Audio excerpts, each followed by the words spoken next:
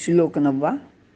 संजय उवाच एवमुक्त्वा ऋषिकेशं गुडाकेशः परन्तप न योत्स्य इति गोविंद मुक्त्वा तूष्णीं बभूवः. अर्थ पाहूया. संजय म्हणाला, याप्रमाणे इंद्रियाधिपती गोविंदाला सांगून व मी युद्ध करणार नाही असेही म्हणून शत्रूला ताप देणारा व निद्रेला जिंकणारा निरलस अर्जुन काही न बोलता गप्प बसून राहिला. विवरण पाहूया. संजय म्हणाला, हे परंतप धृतराष्ट्र राजा, इतके सगळे अर्जुनाने श्रीकृष्णाला पुन्हा एकदा सांगितले की मी लढणार नाही, आणि असे सांगून मात्र तो गप्प बसला. कारण अर्जुनाने लढाईच्या भयंकर परिणामाचे एक चित्र कल्पनेने आपल्या मनश्चक्षुपुढे उभे केले होते, आणि त्याचे बदल्यात मिळणाऱ्या राज्याचे सुख त्याला अगदी क्षुल्लक वाटत होते. मिळणारे सुख, होणारे दुःख, शोक यांचा विचार केला तर दुःखाचे, शोकाचे पारडे खूपच जड आहे. ते कोणत्याच सुखाचे घटनेने हलके होणार नव्हते. इकडे श्रीकृष्णाच्या वचनाचा आदर करावा असेही त्याला वाटत आहे, पण कृष्ण तर लढायला सिद्ध व्हायला सांगत आहे, आणि ती गोष्ट तर मनाला अजिबातच योग्य वाटत नाही. म्हणून त्याने आपल्या मनाला योग्य वाटले त्याचा निर्णय घेऊन युद्ध न करण्याचा निश्चय केलेला होता. पण आता काय करावे ते न कळून तो गप्प बसला. यानंतर काय झाले ते पहा. संजय त्याच्यानंतर काय काय घडले ते धृतराष्ट्राला सांगत आहे. ते पुढील श्लोकातून पाहूया. इथे थांबूया.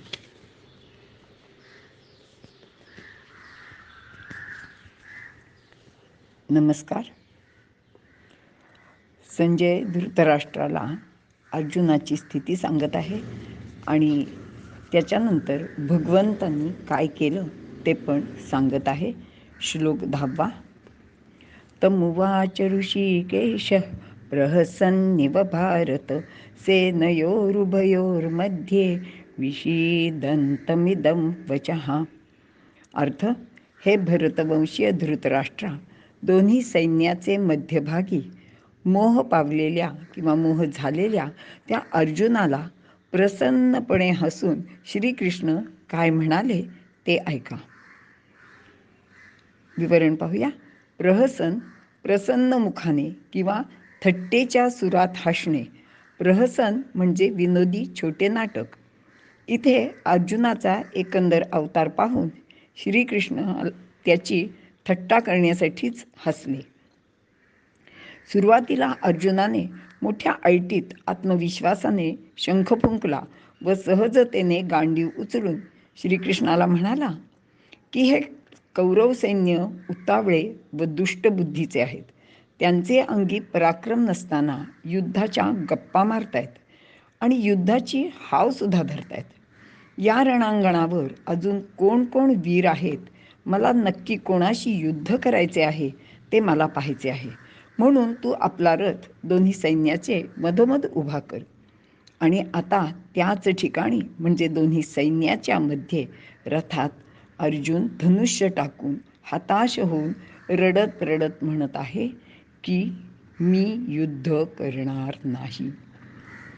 अर्जुनाचा असा हा बदललेला भाव पाहून कृष्णाला खूप आश्चर्य वाटले, आणि अर्जुनाचे परस्पर विरोधी बोलणे ऐकून त्याला हसूही आले. कारण क्षणापूर्वी अर्जुन म्हणाला होता की काय चांगले, काय योग्य अयोग्य ते मला काही कळत नाहीये, म्हणून तूच मला माझ्या कल्याणाचा मार्ग सांग. मी तुला शरण आलो आहे, मी तुझा शिष्य झालो आहे. आणि दुसऱ्या क्षणी म्हणतोय की काही झाले, अगदी त्रिभुवनाचे राज्य मिळाले तरी मी काही लढणार नाही. आता असे पहा की एकदा शरण आल्यावर शरणार्थीला स्वतःचे मनाने वागता येत नाही. अर्जुन तर स्वतःचा निश्चय सांगत आहे. हे पाहून तर कृष्णांना हसूच आले. त्यांनी एक क्षणच विचार केला की अर्जुनाची ही अशी स्थिती कशाने झाली आहे बरे. हा तर मूळचा शूरवीर, लढाईसाठी सदा तत्पर असलेला असा, याला आत्ता नेमके काय झाले. तेव्हा त्यांचे लक्षात आले की शत्रू पक्षातील धृतराष्ट्राने संजयाकरवी युद्धविरोधात जे बीज पेरले होते त्या या सरळ मनाचे कृपाळू अर्जुनाचे अंतःकरणात अगदी खोलवर रुजले आहे. त्याने सांगितलेल्या सर्व गोष्टीचा याने अगदी तसाच्याच तसा स्वीकार केला आहे. कुसंस्काराचा हा दोषच आहे. त्यामुळे याचे चित्त विचलित होऊन भ्रमले आहे. म्हणून याला खरा आपला कोण, परका कोण, शत्रू कोण, आप्त कोण, भाऊ कुणाला म्हणायचे या सारी गोष्टी कळेनाशाच झाल्या आहेत. आता याची समजूत कशी काढावी असा विचार करून भगवंत त्याला पुढील प्रमाणे उपदेश करीत आहेत. तो श्लोक क्रमांक 11 ते 39 मध्ये पाहूया. इथे थांबूया. श्लोक 11. श्री भगवान वाच अशोचानन्वशोचस्त्वं प्रज्ञावादांश्च भाषसे गतासून गतासूंश्च नानुशोचन्ति पंडिताः. अर्थ, श्री भगवान म्हणाले, ज्याचा शोक करणे योग्य नाही त्यांचाच शोक तू करतो आहेस आणि ज्ञानाच्या मोठमोठ्या बाता करतो आहेस. परंतु ज्ञानी लोक मेलेल्यांचा किंवा जिवंत असलेल्यांचा शोक कधीच करत नाहीत. विवरण पाहूया. श्रीकृष्ण अर्जुनाला म्हणाला की ज्यांच्याविषयी शोक करू नये अशांच्यासाठी तू शोक करत आहेस. हे कौरव मरतील, ते आपले आप्तबंधू आहेत असे अर्जुन म्हणत आहे. मुळातच कौरव हे अत्यंत दुष्ट आणि कपटी असून ते पांडवांचा द्वेष करीत होते. ते पांडवांशी कधीच बंधुभावानेही वागले नव्हते. म्हणूनच कौरव मेले तर याला आनंद वाटायला हवा. पण अर्जुन तर त्यांच्या मरणाच्या नुसत्या कल्पनेने सुद्धा दुःख करत आहे. म्हणून श्रीकृष्ण म्हणत आहेत की तू एकीकडे मोठ्या पांडित्याच्या गोष्टी बोलतो आहेस आणि काही सांगायला गेले तर ऐकूनही घेत नाही आहेस. ज्ञानदेव वर्णन करतात की शिकवू तरी बोलसी बहुसाल नीती. मग काय त्याची अवस्था झाली आहे? जात्यंधा लागे पिसे मग ते सैरा धावे जैसे, तुझे शहाणपण तैसे दिसत आहे. तू तर आता अगदी मूर्खपणाची कमाल मर्यादाच गाठली आहेस. कारण खरे शहाणे असतात ते लोक मृत्यू म्हणजे काय हे त्यांना समजलेले असल्याने ते मृतांविषयी शोक करत नाहीत आणि जे जिवंत आहेत त्यांचे बद्दल तर सामान्य बुद्धीचा माणूस सुद्धा शोक करत नाही. पण अर्जुन तर तोंडाने तत्वज्ञानाच्या पापपुण्याच्या मोठमोठ्या गप्पा मारतोय आणि दुसरीकडे जिवंत असलेल्या कौरवांच्या मृत्यूची कल्पना करून शोक करत आहे.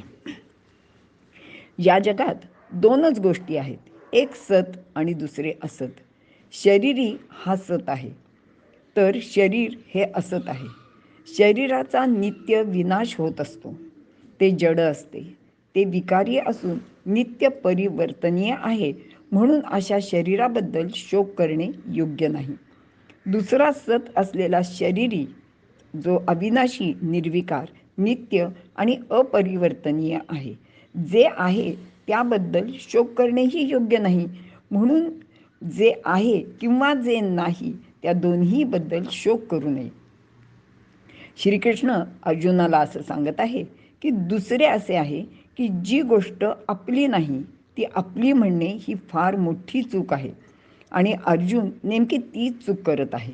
जी वस्तू आपली आहे ती नेहमी आपल्याबरोबरच असते.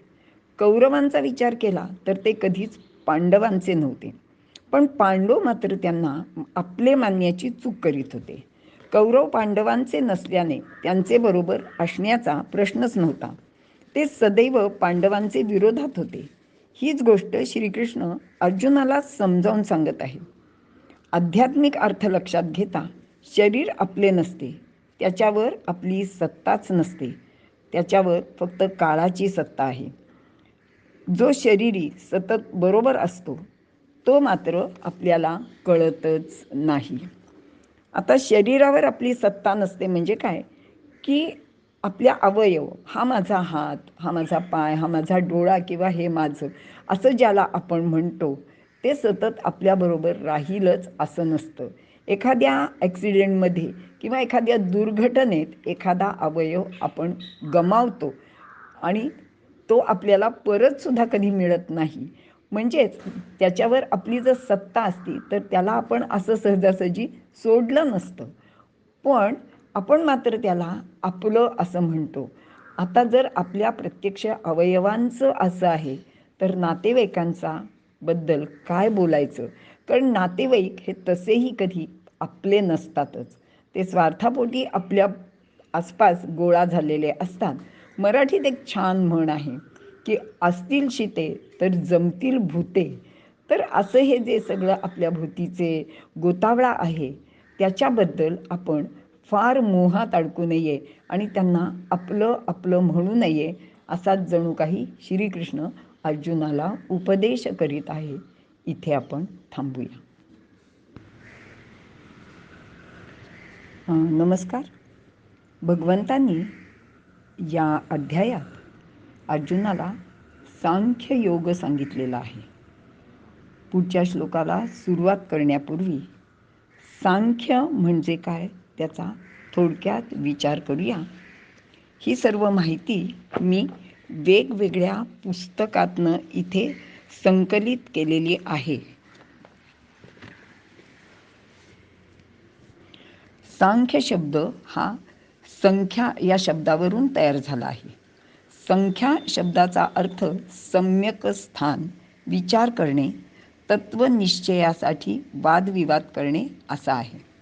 याचा दुसरा अर्थ असाही आहे की आत्माविषयक निश्चित ज्ञान असा आहे. क्रमपूर्वक व युक्तीप्रमाणे दाखवून सिद्धांताचे प्रतिपादन ज्यात केले आहे त्याला सांख्य असे म्हणतात. जगात जितके पदार्थ आहेत त्यांची संख्या निश्चित करून त्याचे यथावत ज्ञान ज्यात सांगितले त्याला सांख्य म्हणतात. कोणताही सिद्धांत घेतला तर त्यातील गुणदोषाच्या प्रमाणाचा विचार केला जातो. ज्यामध्ये गुण जास्त असतात तो सिद्धांत चांगला. अशा प्रकारे सिद्धांताची निश्चिती करणे ज्या शास्त्रात हे केले आहे ते सांख्यशास्त्र. या शास्त्रात आपल्याभोवती दिसणाऱ्या विश्वामधील जड व चेतन पदार्थांची संख्या निश्चित केली आहे. जड पदार्थाची कार्ये आणि चेतन पदार्थाची कार्ये यांचा निश्चय केला आहे. अशा प्रकारे संख्या निश्चय केल्यामुळे या शास्त्राचे नाव सांख्य असे पडले आहे. सर्वप्रथम या शास्त्रास अनुसरून श्रीकृष्ण अर्जुनाला उपदेश करीत आहे.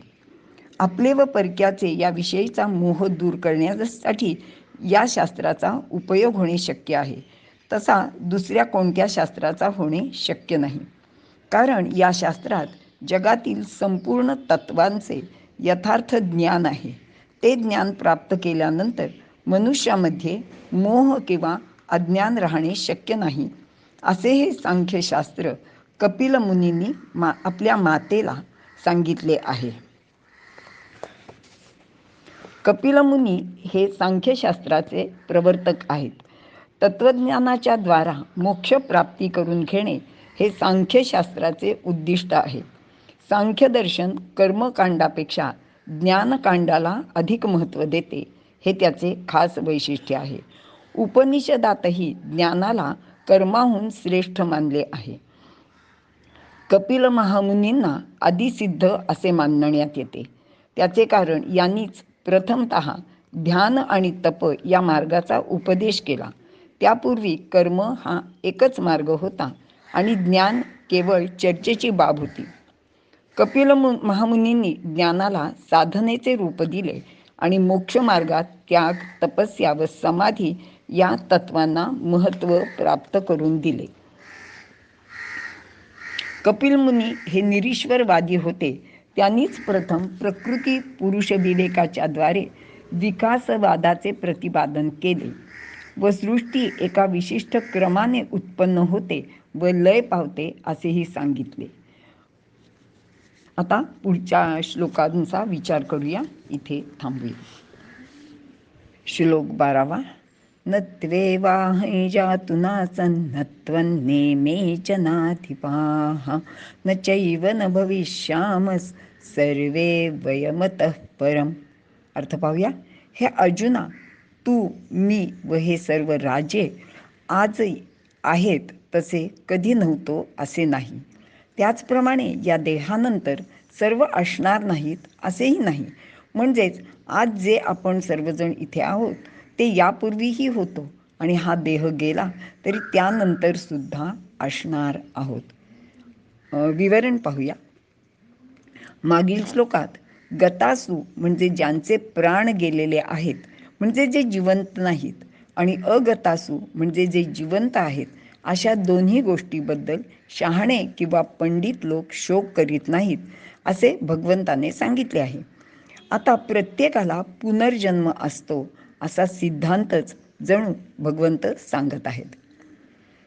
जगात दोन पदार्थ आहेत. एक देह किंवा शरीर आणि दुसरं आत्मा किंवा जीवात्मा. पैकी शरीर उत्पन्न होते आणि नाश पावते, परंतु आत्मा मात्र अविनाशी अजन्मा आहे. तो देहाचे उत्पत्तीबरोबर उत्पन्न होत नाही. शरीर नाशाबरोबर त्याचा नाशही होत नाही. शरीर प्राप्त झाले नाही तरी आत्मा अनादी अनंत नित्य असून तो त्याचे सर्व शक्तीसह नेहमीच जशाच्या तसा राहतो. मात्र शरीराची शक्ती कमी अधिक होत असते. त्याचा जन्म होतो व नाशही होतो. सामान्य माणूस शरीराला महत्त्व देतो, म्हणूनच त्याचे जन्माचा आनंद मानतो व त्याच्या नाशाचे त्याला दुःखही होते.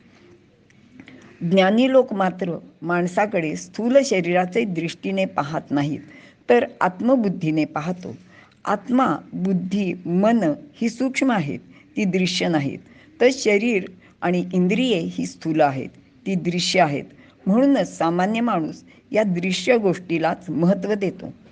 खरे मानतो तो आतमध्ये स्थित असलेल्या आत्म्याला ओळखत नाही, त्याचे अमर सत्तेला जाणतही नाही. उत्पन्न होणे, जगणे, मरणे या तिन्ही अवस्थांमध्ये एकसारखा राहणारा श्रेष्ठ अमर आत्मा, त्याची सत्ता ज्ञानी लोक जाणतात. म्हणूनच ते जन्म मृत्यूचा हर्ष किंवा खेदही करत नाहीत. याचा विचार केला तर अर्जुन, श्रीकृष्ण या युद्धभूमीवर जमलेले सर्व राजे लोक यांचे मध्ये एक अमर आत्मा आणि मरणारे शरीर अशा दोन्ही गोष्टी आहेत असे सांगत आहेत. या सर्वांचा आत्मा अमर असल्याने तो त्या सर्वांच्या जन्मापूर्वीही होता आणि त्यांचे मरणानंतरही राहणार आहे. म्हणजे श्रीकृष्ण सांगत आहे की मी, तू हे सर्व लोक शरीराच्या मृत्यूनी मरतील, पण आत्म्याला मरण नसल्याने तो नित्य आहे. अशा नित्य गोष्टीबद्दल शोक करणे योग्य नाही. जन्माचा सिद्धांत पूर्णपणे गृहीत धरूनच श्रीकृष्ण येथे सांगत आहे. कारण हा सिद्धांत वेदकाळापासून भारतात चालत आलेला आहे. ऋग्वेद काळातील ऋषींनी याचा शोध लावला. उपनिषदात याचा उल्लेख आहे व त्यामध्ये हे स्पष्ट सांगितलेले आहे. ज्याप्रमाणे जमिनीवर उगवलेले गवत उन्हाळ्यात वाळून जाते, मरून जाते व पाऊस पडताच ते पुन्हा नव्याने उगवते, म्हणजेच गवताचे जे बीज आहे ते अमर आहे. ते तसेच देह गेला तरी आत्मा तसाच नित्य, शाश्वत, अमर असा असतोच. म्हणून पुनर्जन्माचे सिद्धांतानुसार मृत्यूचे भय बाळगण्याचे कारण नाही आणि शोकाचेही कारण नाही. इथे आपण थांबूया. धन्यवाद. नमस्कार. श्लोक 13. देहिनोऽस्मिन् यथा देहे कौमारै यौवनै जरा तथा देहांतरप्राप्तिर्धीरस्तत्र न मुह्यति. अर्थ पाहूया. देहयुक्त आत्म्याला या देहामध्ये ज्याप्रमाणे बाल्य, यौवन, जरा म्हणजे वृद्धत्व या अवस्था प्राप्त होतात, त्याचप्रमाणे त्या आत्म्याला दुसरा देहसुद्धा प्राप्त होतो. आत्म्याचे असे नित्यत्व जाणणाऱ्या पुरुषाला जन्ममरणादिकांचा मोह प्राप्त होत नाही असे धीमान म्हणजे बुद्धिवंत लोक जाणतात आणि ते कधीही गोंधळून जात नाहीत. विवरण पाहूया. देहींचा अर्थ देह धारण करणारा. अर्थात देह धारण करणारी ही शक्ती आपल्या देहापेक्षा वेगळी असते. मात्र आपल्यासारख्या सामान्य माणसाला हा फरक लक्षात येत नाही आणि आपण ह्या देहालाच मी असे मानतो. पण आत्मन म्हणजे मी, आणि आपण ज्याला मी समजतो तो वेगळा आहे. या देहाच्या 3 अवस्था वरील श्लोकात सांगितल्या आहेत, परंतु खरे तर येथे प्रत्यक्ष 6 अवस्था होतात. 1. जायते म्हणजे उत्पन्न होणे.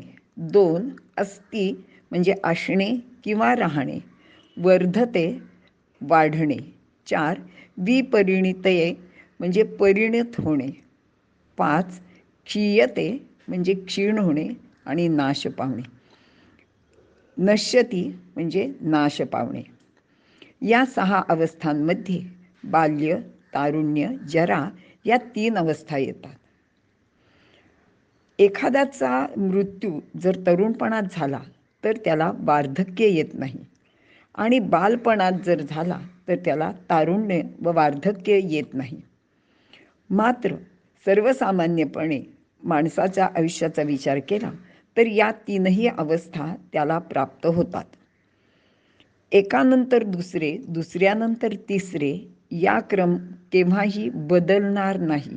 याच क्रमाने ह्या सगळ्या गोष्टी घडत राहतात. म्हणजे बालपणानंतरच तारुण्य येते आणि त्याच्यानंतर वार्धक्य येते. मात्र देहाच्या कोणत्याही अवस्थेत देहधारी आत्म्यामध्ये कोणताच बदल होत नाही. तो आहे तसा एकसारखा राहतो. म्हणजे त्याला वृद्धत्व, बालपण, तरुणपण असल्या कुठल्याही अवस्था नसतात. देहाला मात्र एका अवस्थेनंतर दुसरी प्राप्त होते. याचा विचार केला तर वार्धक्यानंतर मृत्यूची अवस्था येईलच, व मृत्यूचे अवस्थेनंतर पुन्हा दुसरा देह त्याला प्राप्त होईल. म्हणजेच मागील जन्मात, या जन्मात व पुढील जन्मात तो म्हणजे आत्मन किंवा आत्मा एकसारखाच असतो. त्यात काहीच बदल होत नाही. केवळ देहामुळे आत्म्यास अशा अवस्था क्रमपूर्वक प्राप्त होतात असे सामान्यपणे समजले जाते. यामुळेच आत्म्याचे नित्यत्व व देहाचे अनित्यत्व आपण लक्षात घेतले पाहिजे. आपल्या नित्य जीवनात आपल्या मुलाने बालपणाचा त्याग करून तारुण्यात प्रवेश केला म्हणून काही आपण कोणी शोक करत नाही. तसेच त्याने देहाचा त्याग करून दुसरा देह धारण केला तर दुःख करू नये, कारण एका अवस्थेनंतर दुसरी अवस्थाच त्याला प्राप्त होत असते. वेदामध्ये सांगितले आहे की हा सनातन आहे, पुन्हा पुन्हा नव्यासारखा होत राहतो. तो स्त्री आहे, पुरुष आहे, तोच पिता आहे, पुत्र पण तोच आहे. तो ज्येष्ठामध्ये ज्येष्ठ तर कनिष्ठामध्ये कनिष्ठ आहे. जो पूर्वी जन्मला तोच आता गर्भामध्ये आला आहे. शरीराच्या भिन्न भिन्न आकारामुळे, अवस्थांमुळे तो वेगवेगळा भासतो. पण मनामध्ये प्रविष्ट झालेला हा एकच एक देव म्हणजे आत्मा, यालाच समर्थ आत्माराम असेही म्हणतात. वास्तविक हा स्त्री नाही, पुरुष नाही, तरुण नाही, बाल नाही, वृद्ध तर नाहीच नाही. शरीराचे संघामुळे याचेवर असे आरोप केले जातात. आपले असलेले नातेसंबंध शरीराचे दृष्टीने असतात, पण वस्तुतः हा कोणाचा पिता, माता, बंधू कोणीच नाही. हा सर्वत्र राहतो. हा प्रत्येक प्राणीमात्रामध्ये स्थित आहे. म्हणूनच जितके प्राणीमात्रा आहेत ती सर्व याचीच रूपे आहेत. आणि म्हणून याला मातरिश्वा म्हणजे मातेच्या गर्भात राहणारा असेही म्हणतात. वारंवार मातेच्या गर्भात राहून भिन्न भिन्न देह हा प्राप्त करतो. आता हे सगळे सांगण्याचे कारण असे की ज्ञानी लोक देहांतर घडले म्हणून, म्हणजे कोणी मृत पावला म्हणून शोक करीत नाहीत. पण अर्जुन मात्र ज्ञानाच्या गप्पा मारून कौरवांबद्दल ते मरणार या कल्पनेने सुद्धा शोक करत आहे. खरे तर युद्धात जे शत्रू म्हणून कौरव उभे आहेत त्यांना मारण्याचे कर्तव्य अर्जुनाने करावयासच हवे.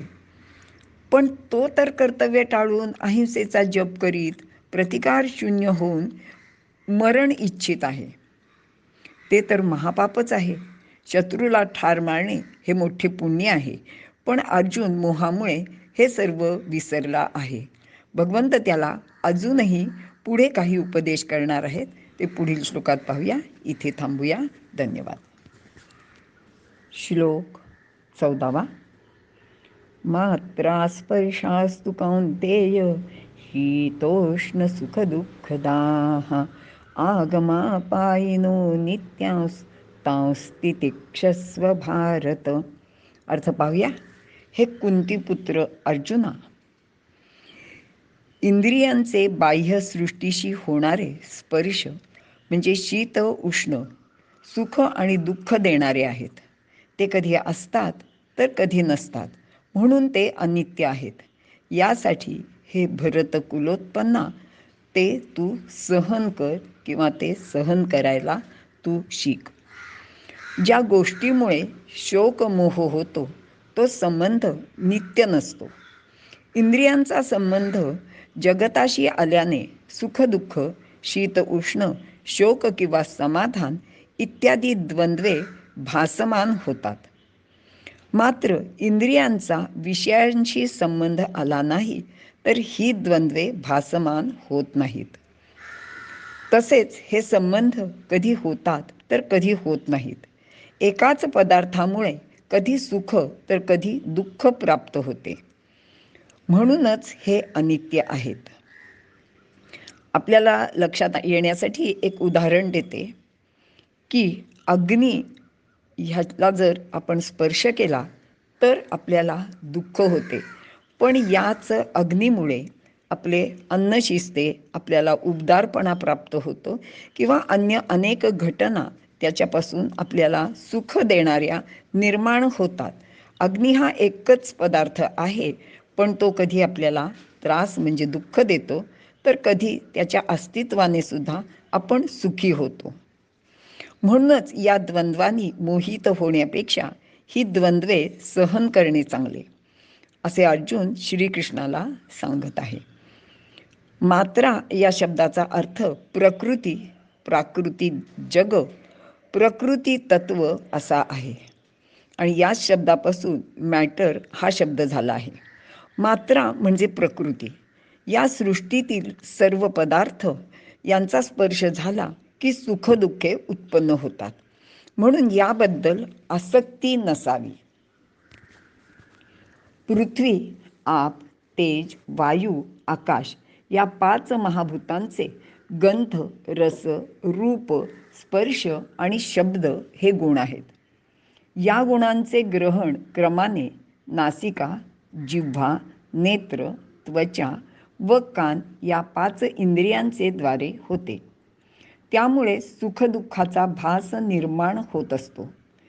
इंद्रियांचा महाभूतांशी स्पर्श झाला किंवा संबंध आला तर त्यांच्या तत्वांच्या गुणाशी संबंध घडतो व शीत उष्ण याची प्रतीती येते. इंद्रियांच्या या प्राकृतिक तत्वाशी स्पर्शच झाला नाही तर शीत उष्ण, सुख दुःख इत्यादी प्राप्त होत नाहीत. जसे बहिऱ्या माणसाला मंजुळ ध्वनीने आनंद वाटणार नाही किंवा कर्कश आवाजाने त्रासही होणार नाही, तसेच या संबंधामध्ये एक गोष्ट आहे की तिचा वारंवार संबंध आला तर प्रारंभी होणारे सुख हळूहळू कमी होत जाते. जसे एखादा गोड पदार्थ खाल्ल्याने माणसाला तो छानच वाटतो, पण सतत गोड खाल्ले तर तो नकोसा होऊन जातो. याचबरोबर अशा प्रकारचे सुख घेताना त्याला ते सुख घ्यायचे आहे त्याची शारीरिक व मानसिक तयारी असावी लागते किंवा तेवढी त्याच्या अंगात पात्रता पण असावी लागते. म्हणजे पोटात भूक असेल आणि मन जाग्यावर नसेल, काहीतरी आघात झालेला असेल, कुणाची तरी काळजी करत असेल तर आपल्याला जेवणाचा आनंद घेता येत नाही. पण जर तेच मन चांगल्या स्थितीत असेल, आणि आपल्याला भूकही लागलेली असेल तर मात्र आपण त्या जेवणाचा आनंद घेत राहतो. आणि भूक नसेल तर तो अन्न दृष्टीसमोरही नको असे म्हणेल. म्हणजे एकच अन्न आपल्याला कधी त्रासदायक वाटते तर कधी ते सुखदायक वाटते. या जगातील कोणतेही सुखाचे बाबतीत हे नियम आहेत. म्हणजेच अनुभवणाऱ्याची आंतरिक अनुकूलता, इंद्रियांची समर्थता आणि बाह्य परिस्थिती इतक्या गोष्टीवर माणसाचे सुख अवलंबून असते. यापैकी एकाची अनुपस्थिती दुःखाला कारणीभूत होते. आपल्या पहिल्या काळात असं असायचं की लहानपणी आपल्याला खूप काही हवं असायचं, खूप वेगवेगळे पदार्थ खावेसे वाटायचे. त्या काळात ते आपल्याला मिळायचे नाहीत, म्हणजे ते न मिळण्याचं आपल्याला दुःख व्हायचं. आणि जसं जसं आपलं वय वाढत जातं, म्हातारपण येतं, त्यावेळी अनेक प्रकारची समृद्धी आपल्याला प्राप्त असते, पण ते उपभोगण्याची आपल्या अंगात शक्ती नसते. म्हणजे त्याचे अस्तित्वसुद्धा आपल्याला त्रासदायक होते. येथे असणे आणि नसणे ह्यामुळे होणाऱ्या सुखदुःखाचा विचार थोडा स्पष्ट करून सांगितला आहे. असे हे सुख दुःख आगम अपायिनः म्हणजे येणारे व जाणारे असते. ते कधीही स्थिर नसते. सुखानंतर दुःख, दुःखानंतर सुख असे येतच राहते. ज्यापासून नेहमी सुख होईल किंवा नेहमीच दुःख होईल असा एकही पदार्थ या जगात नाही. तसेच यापैकी कोणाचा किंवा एकाचाच स्वीकार करीन आणि दुसऱ्याचा करणार नाही असे जर कोणी म्हणेल तर ते त्याला साध्य होणार नाही. जसे समोर चांगले वाईट जे दृश्य येईल ते आपल्याला पाहावेच लागते, तसेच आवाजाचे आहे. कारण आपल्याला नेहमीच गोड आवाज ऐकावासा वाटतो, पण सामाजिक परिस्थिती तशी नसते. काही वेळेला असे कर्कश किंवा नको असलेले आवाज आपल्याला ऐकावेच लागतात. जर त्याला अनुकूल गोष्ट हवी असेल तर प्रतिकूल गोष्टीचा अनुभवही त्याला घ्यावाच लागतो. तसेच या अनुकूल व प्रतिकूल गोष्टी वाटणे हे व्यक्तिसापेक्ष आहे किंवा कालसापेक्षही आहे. म्हणून सातत्याने तेच अनुकूल वाटेल किंवा प्रतिकूल वाटेल असे मात्र असत नाही. जर बाह्य जगातून प्रतिकूलता दूर करता येत नसेल तर ज्या आंतरिक गोष्टीमुळे प्रतिकूलतेचा अनुभव येतो ती आपली आंतरिक अवस्था सुधारली पाहिजे. यासाठी तितिक्षा म्हणजे सहन कर असे भगवंत सांगत आहे. अशी आपली सहनशीलता वाढविल्याने बाह्य जगातील सर्व प्रतिकूलता दूर करता येते. उदाहरणार्थ शहरातील लोक ऊन पाऊस थंडी जास्त झाले तर ते सोसू शकत नाहीत, पण शेतात काम करणारा शेतकरी मात्र किंवा हमाल अगदी कडक उन्हात अनवाणी पावलाने सहज वावरताना दिसतो. कारण या लोकांना त्याची सवय झालेली असते. त्यांनी आपली ती सहनशीलता किंवा ताकद वाढवलेली असते. अभ्यासाने तितिक्षा म्हणजे सहन करण्याची शक्ती वाढविता येते. अशी तितिक्षा फक्त शीतोष्णसाठी मर्यादित नाही, तर आपल्या आयुष्यात येणारी सुखदुःखे, जय पराजय, लाभहानी इत्यादी व्यवहारातील अनेक गोष्टींबाबत गरजेची असते. अशाच सहनशक्तीने द्वंद्वाचे कष्ट दूर करणे शक्य आहे. शरीर व मन दोन्ही कणखर असेल तर एवढ्या तेवढ्या गोष्टीचे दुःख माणूस करणार नाही आणि आहे ती परिस्थिती माणूस आनंदाने सोसेल. कौरवांना मारण्याचे अप्रिय व दुःखदायक काम आज जरी अर्जुनाला करावे लागणार असले तरी त्यानंतर येणारी परिस्थिती तर बदलणार आहे. इथे श्रीकृष्णाने अर्जुनाला भरतकुलोत्पन्न असे म्हटले आहे. कारण यापूर्वी भरतकुलात जे अनेक राजे होऊन गेले त्यांनी अशा प्रकारची अनेक द्वंद्वे सोसलेली आहेत. ते आपल्या कर्तव्यापासून थोडेसुद्धा ढळलेले नाहीत. अर्जुनाने हे लक्षात घ्यावे, मनाचा तोल सावरून कणखर व्हावे व युद्ध करावे असे कृष्ण त्याला सांगत आहे. इथे थांबूया. धन्यवाद.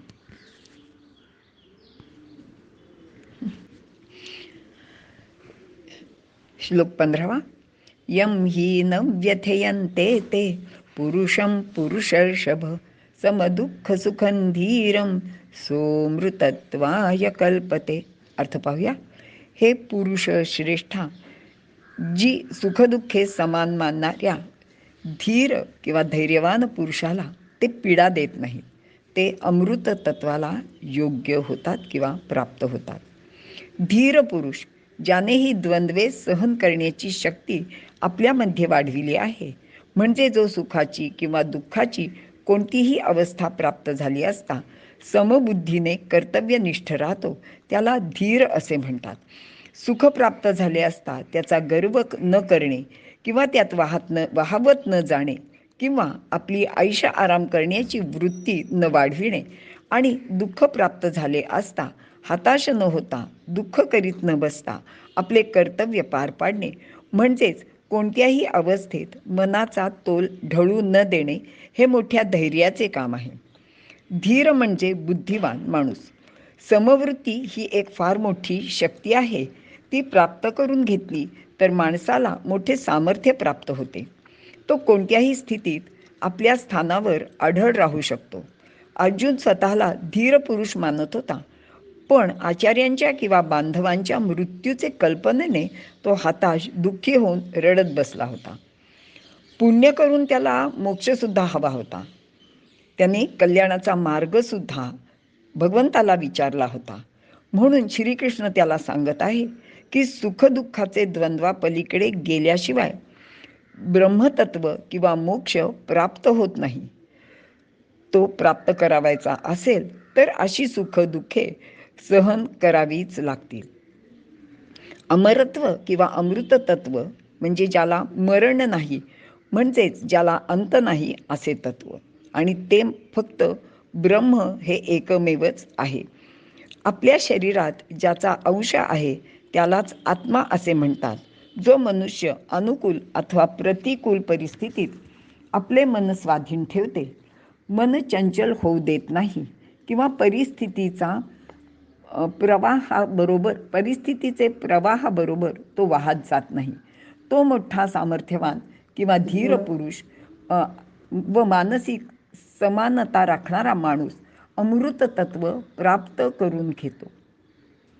शिवाजी महाराजांना औरंगजेबाने कैद केली, त्यावेळी त्यांनी चित्ताचे समत्व राखून शांतपणे परिस्थितीचा सामना केला. कोणताही आतताईपणा न करता अत्यंत धीराने, शांतपणाने स्वतःची व स्वतःच्या अनेक लोकांची सुटका करून घेतली. एवढी प्रतिकूल शक्ती महाराजांना काहीही करू शकली नाही. औरंगजेब त्यांना काहीच करू शकला नाही. मृत्यू व अमरत्व कशाला म्हणतात याचा विचार केला तर असे लक्षात येईल की परिस्थितीच्या भाराखाली दडपून जाणे हा मृत्यू आहे, आणि परिस्थितीवर मात करून ताठ मानेने उभे राहणे हे अमरत्व. विभक्त होणे हा मृत्यू. नाशिवंत वस्तूच्या संगतीत राहिले तर मृत्यूचे भय असते, व अविनाशी वस्तूच्या संगतीत राहिले, त्याचा आश्रय केला तर अमरत्व प्राप्त होते. सामान्य माणूस आपल्या शरीराबरोबरच जन्मतो व त्याचे बरोबरच मृत्यू पावतो. याचेपेक्षा श्रेष्ठ माणसे द्वंद्वावर प्रभुत्व प्रस्थापित करून प्राणायामादी साधनाने शरीरावर प्रभुत्व मिळवतात व एकच प्राण शरीराचे सर्व अवयवात प्रविष्ट असला तरी तो विभक्त आहे असा अनुभव घेतात. योगी मरण पावणाऱ्या शरीराला व इंद्रियांना आपल्यापेक्षा ती भिन्न आहेत असे पाहतो व आपल्या आत्म्याच्या शक्तीने त्या मरण पावणाऱ्या देहाचे व इंद्रियांचे जीवन शक्य होते हेही तो जाणतो. म्हणजेच देहातील चेतना व देह यांचे भिन्नत्व त्याला माहीत असते. म्हणूनच तो देह गेल्याचे दुःख करत नाही. अर्जुनाला ब्रह्मत्व हवे असले तरी तो अजून देशकालाच्या मर्यादेत होता. त्याला या पलीकडे जाण्यासाठी आधी चित्ताचे समत्व मिळवायला हवे होते, मनातले द्वंद्व नाहीसे करायला हवे होते, असे श्रीकृष्ण त्याला सांगत आहे. त्याने परिस्थितीवर मात करून अमरत्व मिळवावे असे उपदेशाचे सार आहे. कारण अमृतत्व म्हणजे अमरत्व नव्हे, तर ज्याला अंत नाही असे तत्व. म्हणून ब्रह्म हे एकमेव अमृतत्व आहे. आपल्या शरीरातील त्याच्या अंशाला आत्मा असे म्हणतात आणि तो अविनाशी आहे. इथे थांबूया. धन्यवाद.